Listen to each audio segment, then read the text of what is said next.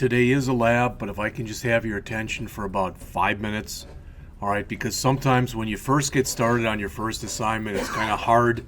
You know, you're not sure exactly where to get going, etc. So I tried to give you a little bit of help. So this first one, again, was, for lack of better words, I said you're trying to create a simple calculator, for lack of better words. So you're going to input two random numbers. When I say that, because a couple people have asked, have the program just generate the random numbers and do it the same way we did it in class. So number 1 equals math.random, etc., and number 2 will equal that. All right? And then the sum is number 1 plus number 2. The difference is number 1 minus number 2. The product is number 1 times number 2.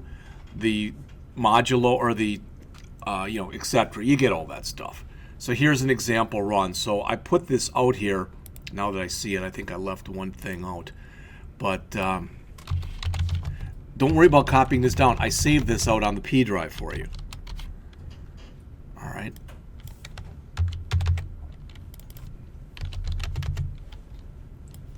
So this is the kind of thing that you'll be looking to do on the first program. All right. I would set up a couple program constants, a minimum number and a maximum number. Here are the variables. Again, you don't have to write this down. This is out there on the P drive for you right now. All right. So the number 1, the number 2, the sum, the difference, the product, the quotient, and the modulo. Then generate the random numbers. We had problems, if you remember, on Monday. I went back and I retaped. It's a 2-parter, but I retaped the lecture from Monday. It's out there on the system. It all works. All right. Plus, I gave you kind of the same type of thing here on Monday. So that's all out there on the system. And then you're going to literally, this is code. You're going to put that in. Now, that's not code. Don't type in alert and put in parentheses, sum, comma, etc. You're going to have to write something to do that. All right, but it will be an alert statement. Then you'll ask the user if they want to do it again. So all the stuff that's up here, you only run through that once. All the stuff that's down here, where you generate the random numbers, do the sum, the difference, etc., etc., etc., you'll do that inside of the loop. So you'll generate all that stuff, you'll print it all out, and then you'll ask the user, do you want to run it again? It's that same charat that we used the other day. I'm just asking you to replicate the stuff that we did in class, basically, the other day. So that's the first one.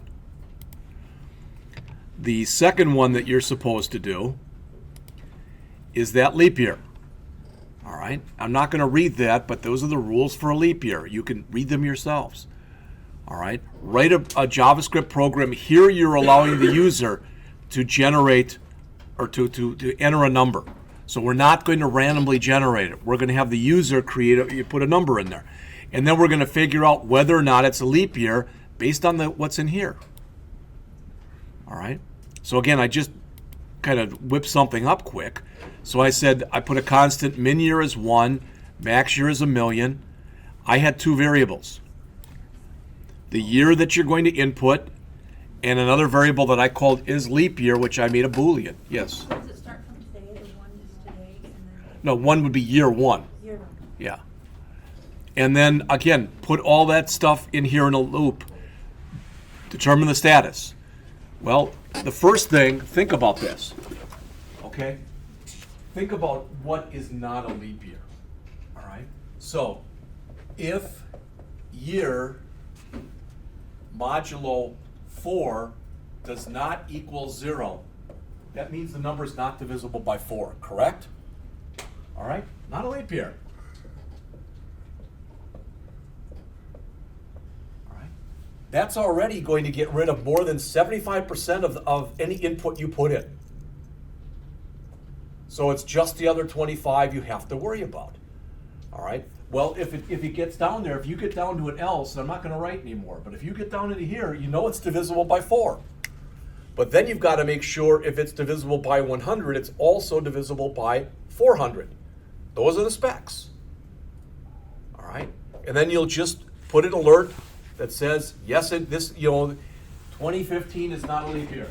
2016 is a leap year. That's all I'm looking for. All right. And as far as the other 2, we did the other one in class. We did the coin flip one, number 3. If you weren't here, again, I taped it. It's out there on the system. All right? And the last one I'm asking you to do is one I gave you the handout for, and that was that payroll iteration number 4. If you don't have a copy, you have to see me, but you do not have to type in all those comments. There's like 220 lines, and over 100 of those lines are comments. If you want to type them in, you can. You don't have to. All right, so it'll be lab the rest of the period today. And then on Monday, we'll see where everybody is. All right, questions? All right.